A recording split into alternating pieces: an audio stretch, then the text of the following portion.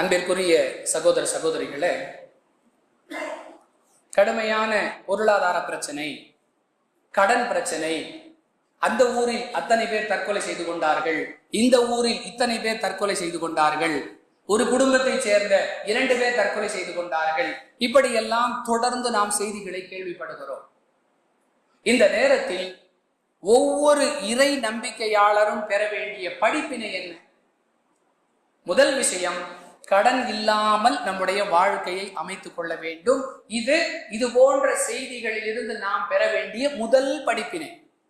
கடன் இல்லா வாழ்வு, கடன் இல்லா மரணம். ஒவ்வொரு தொழுகையின் அத்தஹியாத்து இருப்பிலும் ரசூலுல்லாஹி ஸல்லல்லாஹு அலைஹி வஸல்லம் அவர்கள் அல்லாஹும்ம இன்னி அஊது பிக மினல் மஅஸமி வல் மக்ரம், யா அல்லாஹ், என்னை பாவத்தை விட்டும் கடனை விட்டும் பாதுகாக்கும்படி உன்னிடத்தில் நான் கேட்கிறேன். பாவத்தை விட்டும் கடனை விட்டும் யா அல்லாஹ் என்னை பாதுகாப்பாயா. ஒவ்வொரு தொழுகையின் அத்தஹியாத்து இருப்பிலும் கேட்கப்படுகிறது. யார சொல்லலாம், கடனை பத்தி இவ்வளவு பயப்படுறீங்களே, இவ்வளவு துவா செய்றீங்களே. எப்ப மனிதன் கடன் வாங்க ஆரம்பிக்கிறானோ அவன் பொய் சொல்லக்கூடியவனாகவும் வாக்கு மாற்றம் செய்யக்கூடியவனாகவும் ஆகிவிடுகிறான். ஒரு இடத்துல கடன் வாங்கி இருப்போம், கடன் கொடுத்தவர் இடத்துல சொல்லுவோம், கரெக்டா உங்களுக்கு 6 மணிக்கு இன்ஷா அல்லாஹ் உங்க பணத்தை நான் அக்கௌண்ட்ல போட்டுடுறேன். 6 மணி வரைக்கும் பணம் வரல. 7 மணிக்கு அவர் போன் போடுறார். ஒண்ணு போன் சுவிட்ச் ஆஃப், அல்லது போன் ரிங் ஆகி கொண்டே இருக்கிறது, எடுக்கிறது இல்லை, அல்லது யாராவது எடுத்து அப்பா வெளியே போயிருக்கேன்னு சொல்ல சொன்னார், அல்லது சம்பந்தப்பட்ட நபரே எடுப்பார், வர வேண்டிய இடத்துல இருந்து இன்னும் பணம் வரல. இதில் எது உண்மை? அன்பானவர்களே, பெரும்பாலானவர்கள் விஷயத்தில் இது எதுவுமே உண்மை இல்லை. ஒரு சிலர் உண்மையை சொல்லலாம், அது மிக குறைவு. மெஜாரிட்டி ஆஃப் த பீப்புள் என்ன நிலை தெரியுங்களா? எல்லாமே போய் போனை சுவிட்ச் ஆஃப் செஞ்சதும் ஒரு பொய்யான காரணத்திற்காக, போன் எடுக்காமல் இருந்ததும் ஒரு பொய்யான காரணத்திற்காக, வேற ஆளை போன் எடுக்க சொல்ல சொன்னதும் பொய், தான் சொல்லுவதும் பொய். அதனால் இந்த தற்கொலைகள் நமக்கு சொல்லக்கூடிய முதல் பாடம், கடன் இல்லா வாழ்வு, கடன் இல்லா மரணம். அடுத்து, அப்படியே கடன் வாங்குகிறார்களே, எதற்காக? அன்பானவர்களே, இந்த நிறைந்த சபையில் அல்லாஹுவை முன்னிறுத்தி கேட்கிறேன், எனக்கு சாப்பிட சோத்துக்கு வழி இல்லை, அதனால் நான் கடன் வாங்கினேன் என்று ஒருவரை சொல்ல சொல்லுங்கள். சாப்பிடவே வழி இல்லை, சோத்துக்கே வழி இல்லை, என் குடும்பம் சோறு இல்லாமல் தவிக்கிறது, அதனால் நான் கடன் வாங்கினேன், ஒருவரை சொல்ல சொல்லுங்கள். ஒரே ஒரு நபர். பேரணாம்பட்டு அல்ல, வேலூர் மாவட்டம் அல்ல, தமிழகம் அல்ல, உலகில் நீங்கள் சல்லடை போட்டு தேடினாலும் ஒரு மனிதரை காட்ட முடியாது, நான் சோத்துக்கு வழி இல்லை, வயிற்றுக்கு வழி இல்லை, அதனால் கடன் வாங்கினேன் என்று ஒரு நபரை காட்ட முடியாது. உழைக்கிறோம், கடை வைத்திருக்கிறோம், தொழில் செய்கிறோம், நாம் சாப்பிடுவதை விட எந்த உழைப்புமே இல்லாமல் யாசகம் கேட்கிறவர்கள் வகை வகையாக உண்ணுகிறார்கள். உண்மையா இல்லையா?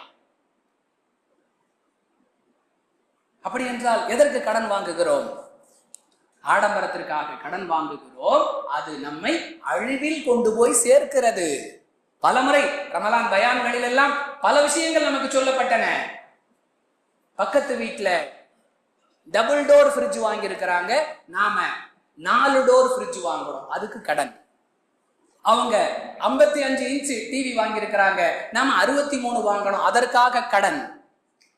அவங்க ஒரு மாடல் கார் வாங்கி இருக்கிறாங்க, நம்ம அதை விட ஹையர் மாடல் வாங்கணும், அதுக்காக கடன். 1.25 லட்சம் ரூபாய் கைபேசி வாங்குவதற்காக கடன். சுலப தவணை திட்டம், மாமனா மச்சானா வட்டி இல்லாம உங்களுக்கு தருவானா? எத்தனையோ பேர் கடன்காரர்களாக இருக்கிறார்கள். அந்த கடனை அடைப்பதற்கான சாதனங்கள் இருக்கிறது, அதை விற்று கடன் கொடுக்க மனம் இல்லாமல் தொடர்ந்து கடன் கொடுத்தவர்களை ஏமாற்றிக் கொண்டே இருக்கிறார்கள். ரசூலுல்லாஹி ஸல்லல்லாஹு அலைஹி வஸல்லம் சொன்னார்கள், வாங்கிய கடனை அடைப்பதற்கு வசதி இருந்தும் கடனை கொடுக்காதவர்கள் அநியாயக்காரங்க, அநியாயம் செய்கிறார்கள் என்று சொன்னார்கள்.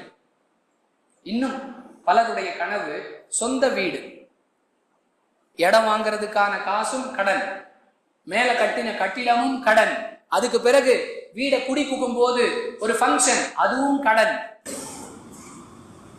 அன்பானவர்களே, இஸ்லாமிய சமூகத்தை நோக்கி நாம் கேட்கிறோம், யார் சொந்த வீடு வைத்திருக்கிறார்களோ அவர்களுக்கு மட்டும்தான் சொர்க்கம் என்று குர்ஆனிலோ ஹதீஸிலோ சொல்லப்பட்டிருக்கிறதா?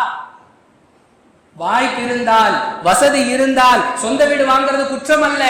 கடன் வாங்கி இடம் வாங்குவது, கடன் வாங்கி கட்டிடம் கட்டுவது, ஊர் மெச்ச வேண்டும் என்பதற்காக, பெருமைக்காக கடன் வாங்கி விருந்து போடுவது, இன்னும் பெருமையை கூட்டுறதுக்கு அந்த விருந்துல ஒரு பயான் வேற.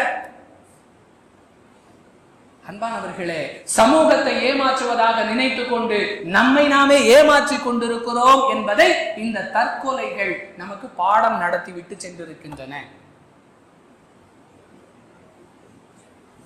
முதலில் நாம் சரியாகும் பொழுதுதான் சமூகம் சரியாக வேண்டும் என்ற அக்கறை நமக்குள் வரும். எனவே எந்த ஆடம்பரம் அழிவுக்கு காரணமாக இருந்ததோ, இருக்கிறதோ, இருக்க போகிறதோ அந்த ஆடம்பரங்களை தவிர்த்தால் கடன் குறையும்.